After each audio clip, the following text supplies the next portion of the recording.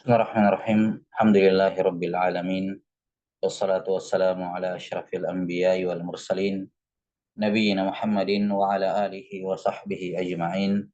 Asyhadu an la ilaha illallah wahdahu la syarikalah wa asyhadu anna Muhammadan abduhu wa rasuluh. Allahumma la ilma lana illa ma 'allamtana innaka antal alimul hakim. Amma ba'd. نواصل في شرح أو ما زلنا في مقدمة تتعلق بكتاب الإيمان أو كتاب التوحيد من صحيح البخاري رحمه الله.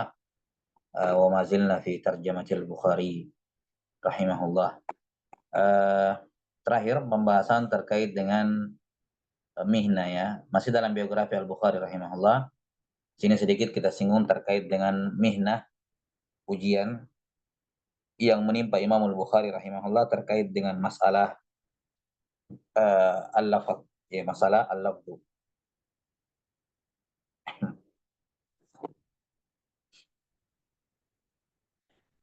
Baik. Sebagaimana sudah diketahui bersama, bagaimana besarnya fitnah Jahmiyah di zamannya Mujahmiyah dan Mu'tazilah, ya, di zamannya siapa? Imam Ahmad rahimahullah, terkhusus pada 3 khalifah di zamannya Al-Ma'mun, kemudian Al-Mu'tasim dan Al-Wasiq. Ya, ini fitnahnya besar karena didukung oleh ketiga khalifah ini, dan ma'ruf bagaimana fitnah yang menimpa Imam Ahmad rahimahullahu taala. Dan Imam Al-Bukhari rahimahullah, ya, ma'ruf beliau murid Imam Ahmad dan mengambil akidah Imam Ahmad rahimahullahu taala. Maka beliau pun, ya, walaupun zaman beliau itu di zaman-zaman setelah Imam Ahmad, ya, di mana kita ma'ruf kisahnya bahwa di akhir-akhir Imam Ahmad rahimahullahu taala dengan izin Allah Subhanahu wa taala nampak mazhab ahli sunnah, ya. Nah, maka orang-orang Jahmiyah yang masih tersisa ketika itu mencoba menyembunyikan akidah mereka, bersembunyi di belakang kalimat-kalimat yang mujmal. Salah satunya adalah masalah talaffuz bil Quran ini. Nah, dikatakan lafzi bil Quran, mereka mengatakan lafzi bil Quran makhluk. Nah, ini termasuk masalah yang sedang besar-besarnya di zaman Imam Al-Bukhari rahimahullahu taala. Dan disebutkan dalam sejarah bahwa orang yang pertama kali, ya, yang pertama kali berbicara dalam masalah lafziyah adalah Al-Husain Al-Karabisi. Al-Husain Al-Karabisi. Al-Husain ibnu Ali Al-Karabisi. Ini orang yang paling pertama diketahui berbicara masalah al-lafzi ini. Al-Husain bin Ali Al-Karabisi mengatakan lafzi bil Quran makhluk. Ya, dan ketika ucapan ini pertama kali muncul dan ditanyakan kepada Imam Ahmad, beliau cukup keras. Bahkan beliau mengatakan itu syarrum min qaulil Jahmiyah. Lebih buruk dibandingkan ucapannya Jahmiyah, karena lebih menipu. Lebih menipu. Nah, maka ketika Imam Ahmad rahimahullah, Imam Al-Bukhari rahimahullah, ma'ruf kisahnya, ya, bahwa beliau diberikan nasihat oleh gurunya Imam Ahmad untuk tinggal saja di Baghdad, menetap saja di Baghdad, mengajar dan seterusnya. Tapi Al-Bukhari rahimahullah wallahu alam, ya, punya pertimbangan tersendiri. Beliau menuju ke Naisabur, ya. Dan di akhir-akhir umur beliau, Al-Bukhari rahimahullah merasakan juga ada penyesalan kenapa enggak mendengar kalamnya Imam Ahmad untuk tetap berada di Baghdad saja. Nah, intinya Imam Bukhari rahimahullah di masa-masa kencangnya fitnah al-lafziyah ini, beliau pun mendatangi Naisabur. Dan di situ nama beliau sudah sampai duluan di situ sebelum beliaunya. Nah, di Naisabur terdapat salah seorang muhaddisin kibar min kibari a'immatil muhaddisin, yaitu Muhammad bin Yahya Az-Zuhli rahimahullahu taala, min as-siqat, di mana Imam Al-Bukhari sebelumnya sudah pernah mengambil ilmu dari Muhammad bin Yahya Az-Zuhli ini dalam ilmu hadis juga, dalam ilmu al-hadis. Singkat cerita, karena terkenalnya Al-Bukhari rahimahullah ketika beliau masuk ke Naisabur, ya, maka muhaddisun Naisabur dan selainnya ramai-ramai mendatangi beliau rahimahullahu taala, datang untuk mengambil ilmu darinya. Nah, Maka ketika melihat banyaknya orang-orang yang mendatangi Imam Al-Bukhari, maka Az-Zuhli rahimahullahu taala mengatakan, "Idhabu ila hadzal rajulis salih fasma'u minhu." Kata Az-Zuhli rahimahullah, kalian pergi sana, dengarkan apa ucapan orang soleh ini, yakni Imam Al-Bukhari. Dengarkan ucapan orang yang soleh ini. Dengarkan apa-apa yang dia katakan. Jelas ya? Nah, maka ketika direkomendasikan seperti itu, ya sudah, banyak orang-orang yang datang kepada Al-Bukhari rahimahullah belajar, yang menyebabkan majelisnya Az-Zuhli itu mengalami pengurangan. Ya, mengalami pengurangan, yang hadir itu berkurang drastis gitu. Nah,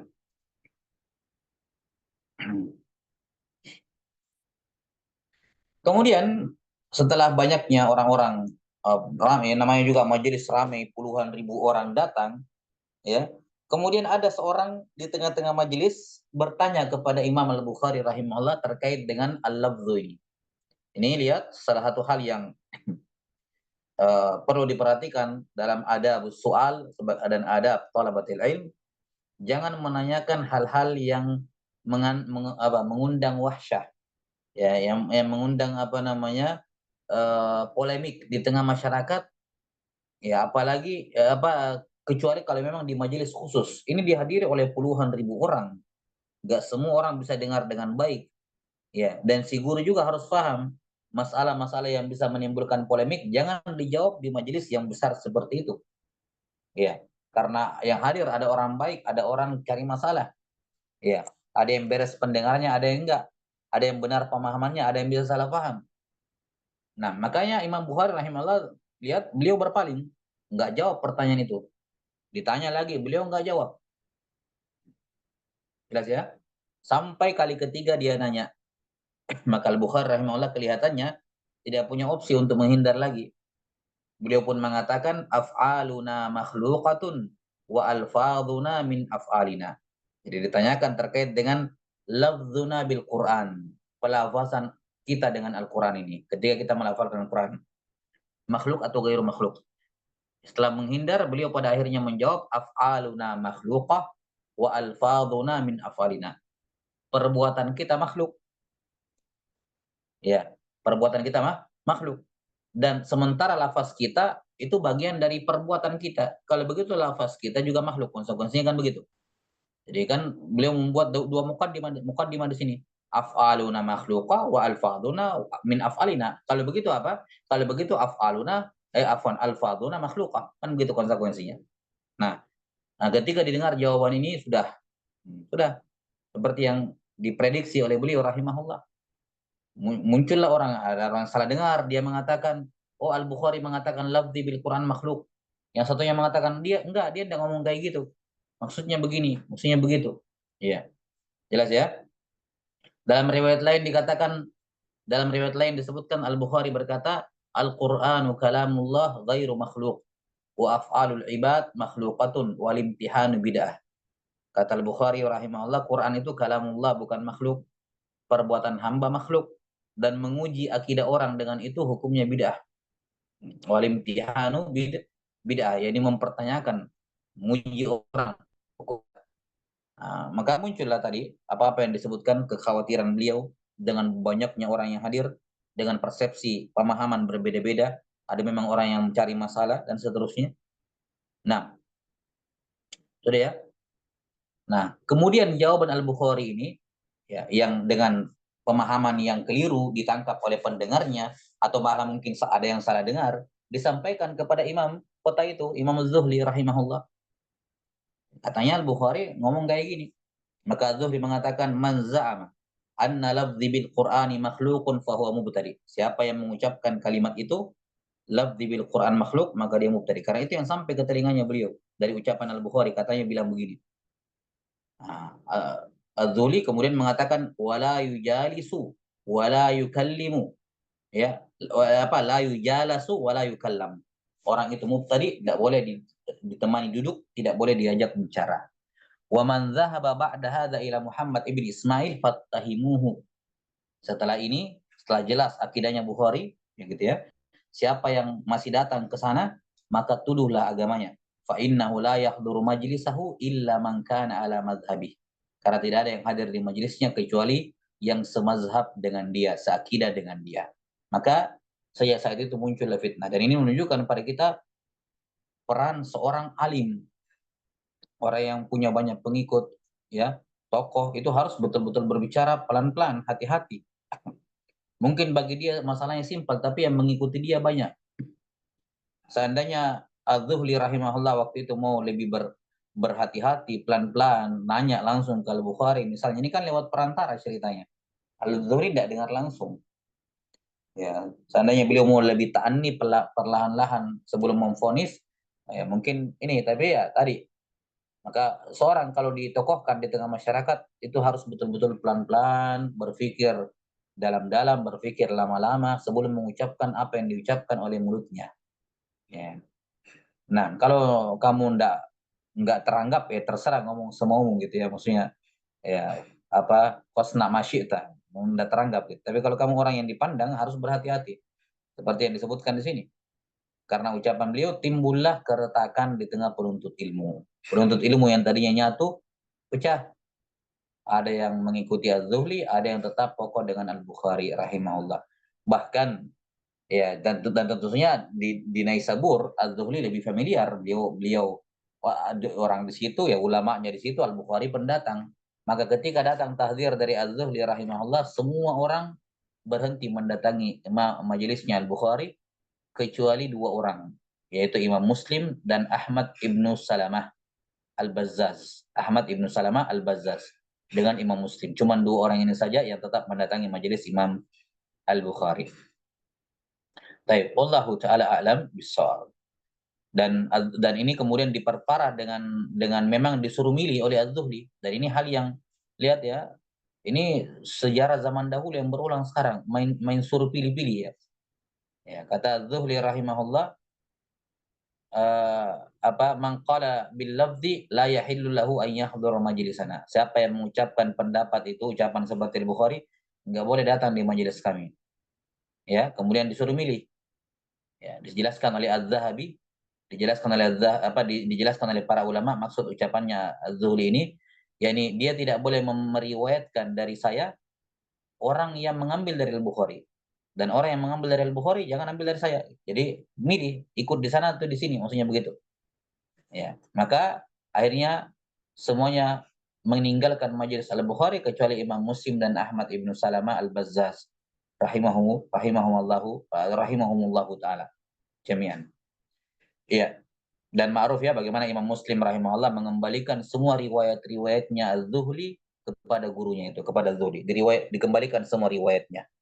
Ya karena Imam Muslim paham masalahnya. Enggak seperti itu, bukan itu yang diinginkan oleh Imam Al-Bukhari rahimahullah. Baik.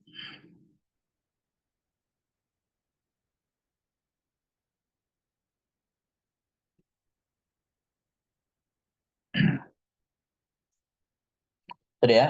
Jadi ini kekacauan terjadi, fitnah terjadi di Nisabur. Dan pada hakikatnya seperti kenyataannya tadi, Imam Bukhari rahimahullah sama sekali tidak pernah terjun ke situ, ke masalah itu. Tidak pernah dalam majelisnya beliau membahas sama sekali tentang Al-Quran. Maksudnya membahas masalah spesifik, masalah bid'ah dalam talafut itu. Ya itu hanya karena ada pertanyaan. Dan laman duha lahu. Tidak ada opsi lagi beliau menghindar. Karena beliau sudah berpaling berkali-kali nggak mau jawab, pada akhirnya ya jelas ya. Dan ini yang jelas bahwasanya beliau rahimahullah tidak ikut dalam masalah ini. Ya, tidak terjun sama sekali masalah ini. Baik. Karena itulah Muhammad bin Nasr Al-Marwazi rahimahullah minal mutaqaddimin, ma'ruf ya. Beliau berjumpa dengan Imam Al-Bukhari rahimahullah. Kata Muhammad bin Nasr Al-Marwazi ya, kata beliau, saya mendengar Al-Bukhari berkata, "Man za'ama anni qultu lafzi bil Quran makhluk bahwa kadzab." Ya. Ini penafian langsung. Kata Al-Bukhari, siapa yang mengatakan bahwa saya mengucapkan lafzi bil Quran makhluk, maka dia pendusta. Maka dia pendusta. Ketika di cross check lagi, ya dikatakan ya Aba Abdillah, yakni wahai Imam Bukhari, qad khadha an-nasu fi hadza wa aktsaru fihi.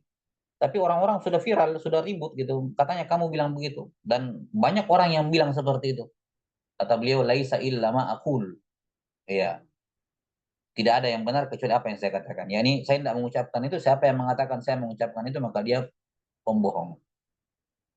Nah, jelas sampai sini. Ini lihat Muhammad bin Nasr Al-Marwazi rahimahullah meriwayatkan dari Imam Al-Bukhari kalam beliau. Nah, dan kalaupun tanpa kutipan dari Muhammad bin Nasr Al-Marwazi, kita bisa melihat Sahih Bukhari. Kita bisa lihat Sahih Bukhari, apalagi di Kitab Tauhid nanti akan datang. Jelas ya, di Kitab Tauhid beliau akan paparkan akidah beliau dalam Quran, dalam masalah Quran. Beliau juga punya kitab Khalqu Af'alil Ibad, itu jelas. Ini dua kitab, Kitab Tauhid yang akan kita bahas bismillah taala, Kitab Tauhid dan juga kitab Khalqu Af'alil Ibad. Ini dua kitab yang menjelaskan mazhab yang sebenarnya dari Imam Al-Bukhari rahimahullah terkait dengan Al-Qur'an dan At-Talaffuz bihi. Ya, maka ini dua kitab. Salah satunya Kitab Tauhid yang akan kita bahas bismillah taala. Sudah ya? Ini terkait dengan apa? Masalah ini.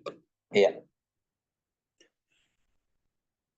Al-Bukhari rahimahullahu taala berkata dalam Khalqu Af'alil Ibad, beliau membawakan sanadnya sampai kepada Yahya bin Sa'id, kata beliau, mazil tu asma'u min ashabina yaqul inna af'alal ibad makhluqah. Kata Yahya bin Sa'id, saya senantiasa mendengar kawan-kawan kami mengatakan bahwa perbuatan hamba makhluqah. Ini Al-Bukhari bawakan dalam Khalqu Af'alil Ibad, kemudian beliau memberikan ta'liq, memberikan keterangan. Kata beliau, harakatuhum wa aswatuhum wa iktisabuhum wa kitabatuhum makhluqah. Kata Al-Bukhari rahimahullah memberikan ta'liq pada ucapannya Yahya bin Sa'id. Kata beliau, gerakan, suara, pekerjaan, penulisan mereka semuanya makhluk. Fa'ammal Qur'anul matluul mubayyanul musbat fil mushafil masturil maktubil al-mu'a fil qulub fahuwa kalamullah laisa bil khalq. Laisa bil khalq. Adapun Quran yang dibaca, yang dijelaskan, yang musbat dalam mushaf, yang tertulis, yang apa namanya, yang dihafal di dalam dada, maka ini semuanya kalamullah laisa bi khalqin. Bukan makhluk. Ini jelas sekali kalam Al-Bukhari rahimahullahu taala. Iya, sudah ya. Dan diantara yang uniknya, diantara dua orang ulama, ya, yaitu Abu Hatim dan Abu Zur'ah, dan beliau sempat mengalami kejadian ini antara Al-Bukhari dengan Az-Zuhli, di mana Abu Hatim dan Abu Zur'ah itu mengambil hadis dari Az-Zuhli juga. Ketika muncul peringatan dari Az-Zuhli, maka Abu Hatim dan Abu Zur'ah juga meninggalkan Al-Bukhari. Ya, meninggalkan Al-Bukhari, tidak mengambil apa? Ya. Lihat bagaimana fitnah itu, imam sekaliber Abu Hatim dan Abu Zur'ah ya termakan, ya, dan ini tidak menunjukkan apa-apa kecuali beliau manusia biasa dan beliau husnuzon kepada gurunya, kepada Az-Zuhli. Saya sudah lama mengambil ilmu dari dia. Al-Bukhari ceritanya orang baru gitu ya. Ya wajar sih, Abu Hatim dan Abu Zur'ah lebih percaya mungkin dengan Az-Zuhli rahimahumullahu taala. Ya, tapi intinya fitnah itu bisa memakan siapa saja. Maka jangan mengatakan ketika terjadi fitnah lah syekh ini aja bilang begitu, masa nggak benar? Ya, syekh aja bersikap kayak gini, masa nggak benar? Ya bukan masalah kebenaran diukur dengan orang, ya, tapi lihat ke inti masalahnya. Jangan mengukur kebenaran dengan orang tertentu, individu tertentu, karena selama dia masih hidup, dia bisa tergelincir. La tu'manu alaihil fitnah. Selama dia masih hidup. Ya, jelas ya. Maka lihat imam sekaliber Abu Hatim, Abu Zur'ah pun, ya. Nah, karena itulah Az-Zahabi rahimahullah mengomentari perbuatan dua orang imam ini, Abu Hatim dan Abu Zur'ah. Kata beliau, intaraka hadisahu aw lam yatrukahu al-Bukhari siqatun ma'munun muhtajjun bihi fil ilm. Kata Zahabi rahimahullah, baik keduanya meninggalkan atau tidak meninggalkan hadisnya Bukhari tidak berpengaruh, maksudnya. Tidak berpengaruh. Taib. Ini terkait dengan fitnah ini, dan kita katakan kemarin kita sengaja bahas ini di pengantar karena terkait dengan kitab Tauhid, ya, bahwa ini salah satu permasalahan yang dibahas oleh Imam Al-Bukhari rahimahullah dalam kitab At-Tauhid. Ya.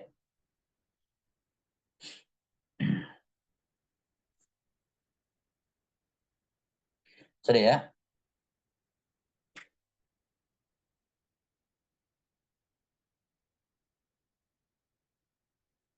Ya, insya Allah. Sebentar.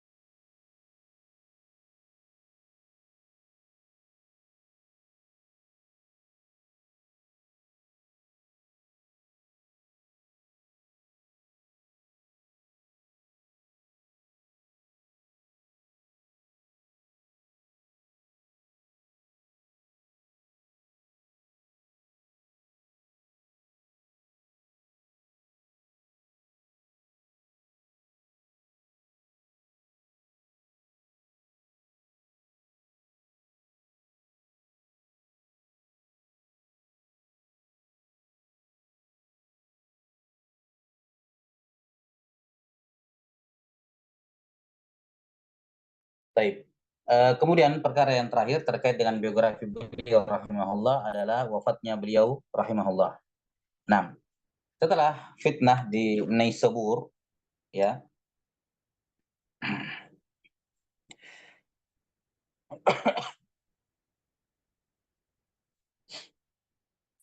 Nah, maka beliau rahimahullahu taala kembali ke Bukhara. Ya, kembali ke Bukhara, ke Uzbekistan ya. Kembali ke tempat kelahiran beliau, ya rahimahullahu taala. Di sana kemudian ya karena nama beliau rahimahullah sudah terkenal, maka salah seorang gubernur ya, gubernur Bukhara ketika itu namanya Khalid Az-Zuhli, dia kemudian meminta kepada Imamul Bukhari rahimahullah untuk membacakan Sahih Bukhari ya, kepada dirinya. Jadi disuruh Bukhari datang ke rumahnya atau ke kantornya mungkin untuk membacakan Sahih Bukhari. Maka beliau Al-Bukhari rahimahullah menolak untuk memuliakan ilmu tentu saja. Dan ini diantara bentuk ta'zim kepada ilmu, pengagungan seorang kepada ilmu adalah tidak menyerahkan ilmu kepada orang yang tidak layak. Tidak menghinakan ilmu dengan membawanya ke pintu-pintu penguasa dan pintu orang-orang yang berharta. Ya. Pintu orang yang berilmu, pintu penguasa dan pintu orang-orang yang berharta, tidak menghinakan ilmu, datang ke sana bawa ilmu, ya, dibacakan, ya. Maka Al-Bukhari rahimahullah dengan tegas menolak untuk menghinakan ilmu yang beliau miliki. Beliau mengatakan inilah adillul ilma wala ahmiluhu ila abwabis salatin. Saya tidak akan merendahkan ilmu dan saya tidak akan membawa ilmu ke pintu-pintu penguasa. Ya, kalau dia yang punya hajat kata beliau, dia hadir di masjid saya, datang ke rumah saya akan bacakan. Ya. Tapi kalau dia tidak mau, ya, dia katakan begitu, dia kirim surat kepada sultan. Kalau Anda mau mendengarkan pembacaan, datang di masjid, datang ke rumah saya bacakan dengan senang hati. Ya, tapi kalau kamu tidak mau datang ke masjid, ke rumah saya tidak akan datang ke rumah Anda untuk saya bacakan ini.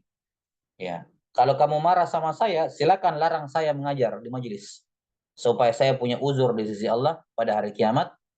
ya, bahwa saya tidak menyembunyikan ilmu, saya dilarang. Ini kisah yang menarik ya, menunjukkan bahwa penguasa itu punya hak untuk melarang seorang menyampaikan ilmu. Ya, sebagaimana dilakukan oleh Umar bin Khattab radhiyallahu an ketika beliau melarang Abu Darda menyebarkan pemahaman beliau terkait dengan ayat alladzina yaknizuna adz-dzahaba wal fiddah wa la yunfiqunaha fi sabilillah. Ini ma'ruf. Khilaf di sini. Dalam masalah ini sempat sempat goncang gitu. Jadi pemerintah berhak untuk melarang walaupun pemerintah tahu ini orang benar gitu ya. Pemahamannya sesuai apa masih ada benang merahnya ke as-salaf lah. Tapi ini pendapat kalau disebarkan di publik bisa bikin ribut. Nah, pemerintah berhak melarang, kamu jangan mengajar, atau kamu jangan menyampaikan fatwa, kamu tidak boleh sampaikan ini, atau kamu boleh mengajar ini kecuali ini saya ini, tidak boleh. Boleh pemerintah, dan kalau seorang alim dilarang dia harus patuh. Kalau seorang alim dilarang oleh pemerintah mengajar, patuh ya sebagai bentuk ketaatan pada pemerintah. Nah, maka ini ucapan dilontarkan oleh Al-Bukhari rahimahullah kepada Khalid Az-Zuhli ketika itu sebagai gubernur Bukhara. Ya, maka muncullah apa benih-benih permusuhan ya, benih-benih permusuhan dari Khalid ini Az-Zuhli, kemudian apa beliau rahimahullahu taala diberikan ujian di ini, dizolimi dan seterusnya di Bukhara sampai beliau rahimahullahu taala meninggalkan tempat kelahiran beliau menuju Khartang ya. Nah, Khartang ini masih masuk dalam daerah Uzbek sekarang ya. Masih masih apa dalam wilayahnya. Cuman beda, mungkin beda kabupaten mungkin. Nah, salah satu kampung-kampung di Samarkand, sekitar sekitar 2 farsakh dari Samarkand disebutkan di sini, sekitar ya masih masuk dalam daerah Uzbekistan. Ya, itu daerah Khartang. Nah, sampai di sana beliau rahimahullahu taala ya disebutkan oleh apa keluarganya, karena beliau tinggal di Khartang di rumah keluarganya, masih kerabat dengan beliau. Ya. Dan beliau yang menceritakan apa kisahnya ini. Nah, disebutkan bahwa saya mendengar Al-Bukhari berdoa suatu malam, Allahumma qad daqat ya qad daqat alayya al-ard ya bima rahubat faqbidni ilaik. Ya Allah, dunia ini kayak sudah sempit bagi saya, ya, maka wafatkanlah saya. Maka tidak lama daripada itu, sebulan darinya, dari doa itu beliau rahimahullah kemudian meninggal. Nah, didahului oleh rasa sakit terlebih dahulu, atau beliau sakit terlebih dahulu sampai kemudian beliau meninggal. Ya, ini diceritakan oleh sebagian atau keluarga beliau yang Al-Bukhari tinggal di rumahnya di Khartan. Iya.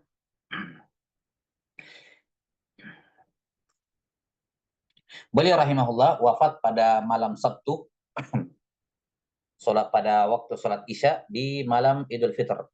Di malam Idul Fitr, malam Sabtu, mungkin sekitar sholat Isya ya, pada malam Idul Fitr. Setelah beliau menyelesaikan puasa Ramadannya. Beliau menyelesaikan puasa Ramadan. Ya, berarti sudah masuk 1 Syawal ya. Sudah masuk 1 Syawal tahun 256 Hijriah. Tahun 256 Hijriah. Iya. Beliau juga dikuburkan di sana, rahimahullahu taala. Baik, ini terkait dengan apa?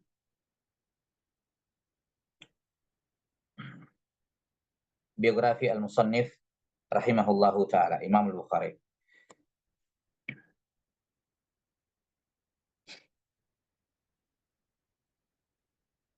Nah, kemudian pembahasan berikutnya terkait dengan at-ta'rif bil musannaf.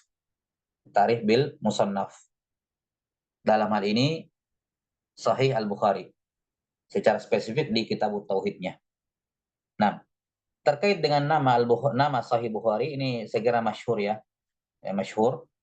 Nah, ada perbedaan terkait dengan nama Sahih Bukhari ini apa judulnya ya judulnya.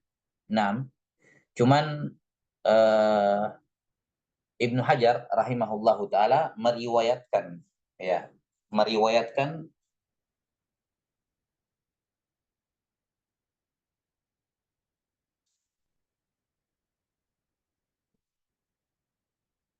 menyebutkan bahwa namanya adalah judul lengkapnya adalah Al-Jami' As-Sahih Al-Musnad min hadithi Rasulillah sallallahu alaihi wasallam wa sunanihi wa ayyami. Ya. Al-Jami' As-Sahih Al-Musnad min hadithi Rasulillah sallallahu alaihi wasallam wa sunanihi wa ayyami. Ini penamaan disebutkan oleh siapa? Ibnu Hajar rahimahullah. Ada penamaan lain disebutkan oleh Imam An-Nawawi rahimahullah. Yang Nawawi menyebutkan judulnya adalah Al-Jami' Al-Musnad As-Sahih Al-Mukhtasar min umuri Rasulillah sallallahu alaihi wasallam wa sunanihi wa ayyami. Al-Jami' Al-Musnad As-Sahih Al-Mukhtasar min umuri Rasulillah sallallahu alaihi wasallam wa sunanihi wa ayyami. Dan ini judul yang lebih sahih dan lebih masyhur. Al-Jami' Al-Musnad As-Sahih Al-Mukhtasar. Baik, Al-Jami' menunjukkan bahwa ini bukan buku sunan, bukan kutubus sunan. Jadi ada perbedaan antara kutubus sunan dengan kutubul jawami. Kalau kutubus sunan itu terkait dengan hadis-hadis ahkam saja. Ya. Tapi kalau selain kutubul ahkam ada, maka dikatakan al-jami. Sebagian menyebutkan misalnya karakteristiknya kitabul jami itu, misalnya mereka mengatakan ada kitabut tafsir. Ada kitab tafsir. Ada kitab tentang manaqibus sahabah. Mereka sebutkan begitu. Ada beberapa kitab. Intinya kitabul jami lebih luas dibandingkan kitabul as-sunan. Kalau kitabul sunan itu sebatas ahkam. Hadits ahkam seperti Abi Daud, An-Nasai, Ibnu Majah. Itu makna al-jami. Jadi al-jami ada bab-bab lain yang tidak berhubungan dengan abwabul fiqhiyah. Kemudian al-musnad. Al-musnad di sini bermakna apa? Al-marfu al-muttasil. Al-musnad di sini bermakna al-marfu al-muttasil. Yakni yang masuk dalam penamaan Sahih Bukhari hanyalah hadis-hadis marfu dan yang muttasil. Maka hadis-hadis mauquf dan maqtu enggak masuk dalam penamaan Sahih Bukhari. Sementara hadis yang mursal, yang muallaq juga tidak masuk dalam penamaan Sahih Al-Bukhari. Jadi yang masuk di dalamnya yang muallaqat maksud saya tidak masuk dalam penamaan Sahih Bukhari. Maka yang masuk dalam penamaan Sahih Bukhari yang beliau persyaratkan padanya syarat beliau hanyalah yang musnad, yakni al-marfu' alladhi zahiruhu al-ittisal. Al-marfu' alladhi zahiruhu al-ittisal. Kemudian as-sahih. As-sahih adalah isyarat dari beliau. Beliau mempersyaratkan semua hadis-hadis dalamnya sahih. Kemudian al-mukhtasar, kalimat ini menyanggah pendapat sebagian ulama ataupun sangkaan sebagian ulama yang mengatakan bahwa Al-Bukhari dan Muslim sudah menghimpun semua hadis-hadis sahih dalam bukunya. Enggak ada lagi sahih di luar Bukhari Muslim. Maka judul ini, kalimat ini Al-Mukhtasar menyanggah bahwa ini ringkasan, enggak semuanya saya sebutkan di dalamnya. Dan ini ma'ruf bahasanya dalam mustalahul hadis. Nah, min umuri Rasulullah SAW wa sunanihi wa ayyami. Yang mana isi hadisnya terkait dengan semua perkara umur di sini sya'an, ya, syu'un. Semua urusannya Nabi sallallahu alaihi wasallam, sunnah-sunnahnya dan kehidupan keseharian beliau, ayyami, apa yang beliau lakukan sehari-hari. Makanya lihat, kalau kita lihat isi Sahih Bukhari, itu tidak semua terkait dengan masalah terkait dengan masalah ibadat ataupun hal-hal yang matbu dari Nabi sallallahu alaihi wasallam. Tapi juga hal-hal keseharian yang pada dasarnya tidak wajib ittiba kepada Nabi SAW di situ. Jelas ya. Bahkan ada beberapa sunnah yang tidak bisa dikatakan padanya sunnah secara mutlak, kecuali kalau dia niat ittiba gitu ya. Nah, tapi disinggung oleh Nabi SAW. Misalnya dalam Sahih Bukhari beliau membahas terkait dengan bab bagaimana bolehnya boncengan di atas kendaraan. Ya, bolehnya boncengan di atas kendaraan. Ini kan masalah boncengan perkara duniawi, ya. Tapi karena itu pernah dilakukan oleh Nabi SAW, maka beliau menyinggung. Jadi bukan dalam konteks bahwa apa hukumnya boncengan, karena boncengan jelas hukumnya jais gitu, boleh, perkara dunia. Cuman beliau bawakan juga tujuannya adalah karena Nabi SAW pernah melakukannya. Ya, wallahu alam bissawab. Nah, ini terkait dengan maudhu, ya, tema dari judul ya dari bukan maudhu, unwan ya. Unwan dari Sahih Al-Bukhari. Dan dari unwan ini kita sudah bisa mengetahui maudhu'nya. Ya, apa tema yang ingin dicakup oleh Imam Al-Bukhari rahimahullah. Apa maudhu'nya? Jelas sekali dari judulnya kan. Jadi kita paparkan satu persatu. Bahwa maudhu'nya kitab ini secara global adalah jami. Apa tuh jami?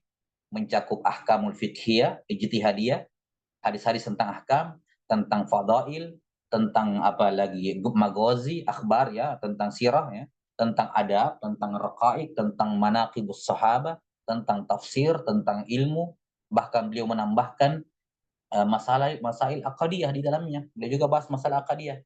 Ini maudhu'nya Sahih Bukhari, jami'. Jelas ya? Jami'. Baik.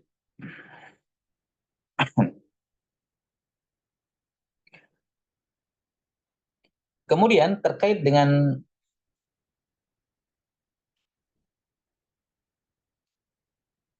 sebab penulisan Sahih Bukhari, ini pengantar kedua terkait dengan pengantar ketiga ya. Yang pertama unwan, yang kedua maudhu. Unwan judulnya, yang kedua tema pembahasannya. Yang ketiga sebab penulisan, ma'ruf kisah dari guru beliau Ishaq ibn Rahawai ya. Ini ada dua versi ya, ada dua versi atau mungkin lebih, mungkin ada lebih versi lain ya terkait dengan apa asal muasal gitu. Asal muasal Sahih Bukhari ini. Ada yang mengatakan itu permintaan dari Al-Bukhari, permintaan dari gurunya Ishaq bin Rahawai kepada beliau, ya, di mana suatu ketika Ishaq bin Rahawai berkata kepada murid-muridnya, "Lau jama'atum kitaban mukhtasaran li sunanin Nabi sallallahu alaihi wasallam." Seandainya ada di antara kalian yang menghimpun meringkasan hadis-hadis Nabi sallallahu alaihi wasallam, maka Al-Bukhari berkata, "Fa waqa'a dzalika fi qalbi." Maka saya pun ya muncul dalam niat saya untuk menghimpun itu, maka beliau pun menulis. Ya, beliau pun menulis. Baik. Kemudian disebutkan juga dalam riwayat lain bahwa beliau pernah bermimpi ya bahwa saya meletakkan kaki di atas telapak kakinya Nabi sallallahu alaihi wasallam persis. Ya. Nah, maka ketika saya keesokan harinya gitu ya, saya bertanya kepada orang yang bisa mentakbir mimpi, maka dia mengatakan kepadaku, innaka tadzubbu anhul kadzib. Kamu membela beliau dari kedustaan, orang-orang yang berbuat dusta. Maka disebutkan oleh Al-Bukhari, fahuwa alladhi hamalani ala ikhrajis sahih. Inilah yang mendorong saya untuk mengumpulkan hadis sahih ini, hadis apa? Ikhrajis sahih. Jadi mungkin perpaduan dari ini ya, permintaan gurunya Ishaq bin Rawai dan juga mimpi. Nah, dan ini menunjukkan tidak boleh, jangan seorang meremehkan ucapan yang baik di majelis ilmu.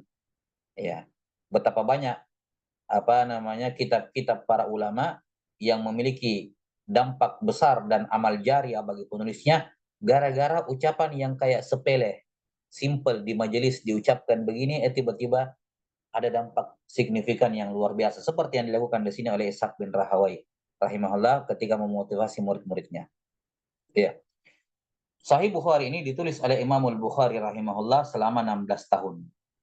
Dikumpulkan oleh Imamul Bukhari rahimahullah selama 16 tahun. Ya, di mana kebanyakan waktu penulisannya itu di Masjidil Haram. Ya, itu di Masjidil Haram. Artinya beliau menulis di tempat-tempat lain juga ya ditambahkan di tempat-tempat lain tapi kebanyakannya ditulis ditambahkan di Masjidil Haram. Nah,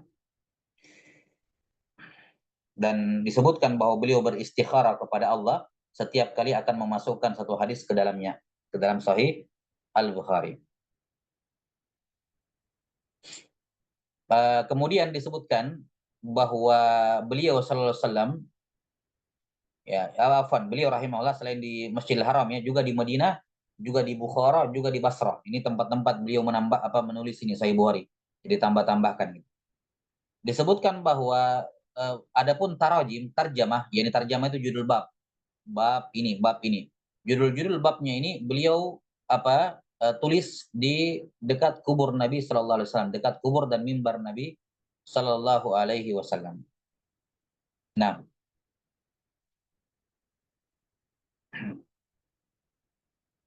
sudah ya, dan hasilnya semua sekitar 6.000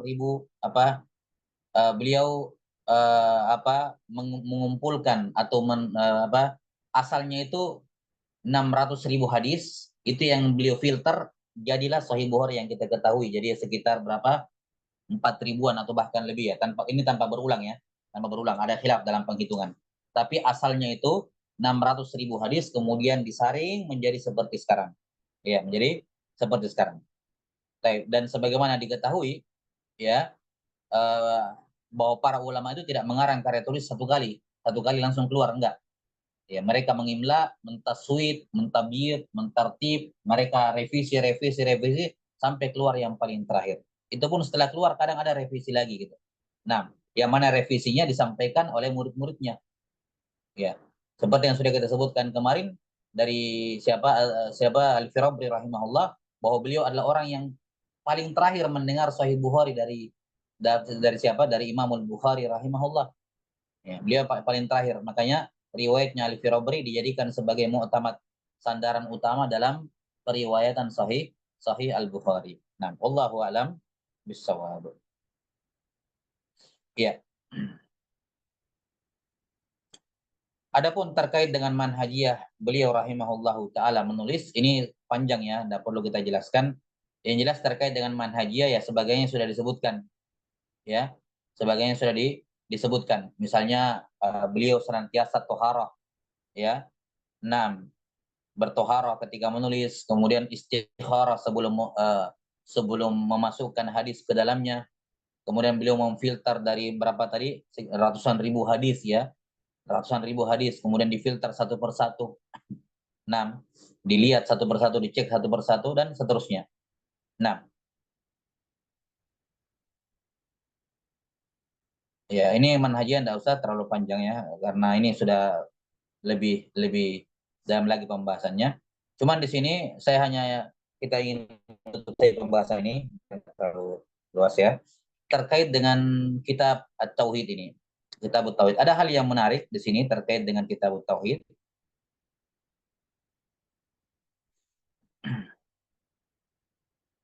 Di mana Al-Bukhari rahimahullah membuka kitabnya dengan 3 kitab yang apa? Afwan, saya ulangi. Ada hal yang menarik yang butuh dilihat dari tabwibnya Al-Bukhari, yaitu 3 bab pertama sama 3 bab terakhir. Bab yang pertama Kitabul Iman, yang kedua kitab yang pertama Bada'il Wahyi, yang kedua Kitabul Iman, yang ketiga Kitabul Ilm. Ini dibuka. Ditutupnya dengan 3 bab terakhir, kitab I'tisam bis Sunnah, Kitabul Fitan ya, Kitabul Fitan, baru kitab Al-I'tisam bis Sunnah, dan yang terakhir Kitabut Tauhid. Jadi Kitabut Tauhid ini kitab terakhir dalam Sahih Al-Bukhari. Nah, kalau kita lihat susunan abwabnya Imam Al-Bukhari, tabwibnya Imam Bukhari, kitabnya Al-Bukhari rahimahullah ya. Ini lihat bagaimana ya menunjukkan fakihnya beliau rahimahullah. Dibuka dengan kitab Kaifa Kana Bada'il Wahyi ila Nabi sallallahu alaihi wasallam. Kitab Bada'il Wahyi. Karena memang ya awalnya dari situ. Setelah itu apa? Iman. Ya, menunjukkan semua bermula dengan iman. Semua bermula dengan kepercayaan. Percaya. Nah, wahyu turun ke bumi pertama kali, jelas ya. Maka langkah kita adalah apa? Percaya, iman kepadanya. Iman kepadanya. Setelah itu pelajari ilmu. Pelajari, bukan cuma iman, pelajari iman tersebut. Ini 3 kewajiban, ini 3 perkara mendasar. Cari wahyu, cari kebenaran, percayai, pelajari. Pelajari. Perkara apapun yang berupa wahyu dari Allah dan Rasulnya, wahyu dari Allah kepada Rasulnya, jangan zuhud. Walaupun itu perkara remeh, perkara kecil. Masalah tata cara buang air, cara ini, cara itu. Selama itu wahyu dari Allah kepada nabinya, cari, imani, ilmui. Jelas ya? Kemudian beliau menutup Sahih Bukhari juga dengan 3 hal yang menjadi 3 kewajiban seorang muslim di akhir umurnya, penutupnya. Ya. Nah, yaitu apa? Yang pertama, beliau menyinggung masalah fitnah. Karena fitnah inilah yang akan merusak akhir hidup seseorang. Fitnah itu, baik fitnah syubhat maupun syahwat, itu yang bisa merusak kehidupan seseorang. Merusak akhir kehidupan seseorang. Nah, biar di awalnya dia bagus, dia soleh, dia taat, Kalau dia terkena fitnah di akhir umurnya, waliyadzubillah, maka dia harus jaga dirinya dari fitnah. Bagaimana caranya selamat dari fitnah? Pindah ke kitab berikutnya, Tamassuk bis Sunnah. Kitab Al-I'tisam bis Sunnah. Bahwa satu-satunya cara untuk selamat dari fitnah, fitnah syubhat, berupa berbagai macam bentuk akidah dan penyimpangan, pemikiran, mazahib dalam fikrah, ya.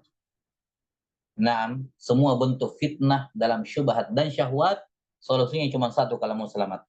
I'tisam bis Sunnah. Berpegang teguh kepada as-sunnah. Nah, setelah semuanya, tutup umurmu dengan la ilaha illallah, dengan tauhid. Man kana akhiru kalamihi la ilaha illallah, dakhalal jannah. Siapa yang akhir ucapannya la ilaha illallah, masuk surga. Maka beliau pun menutup Sahih Bukhari dengan kitab tauhid. Dengan kitab at-tauhid. Baik, wallahu alam bissawab.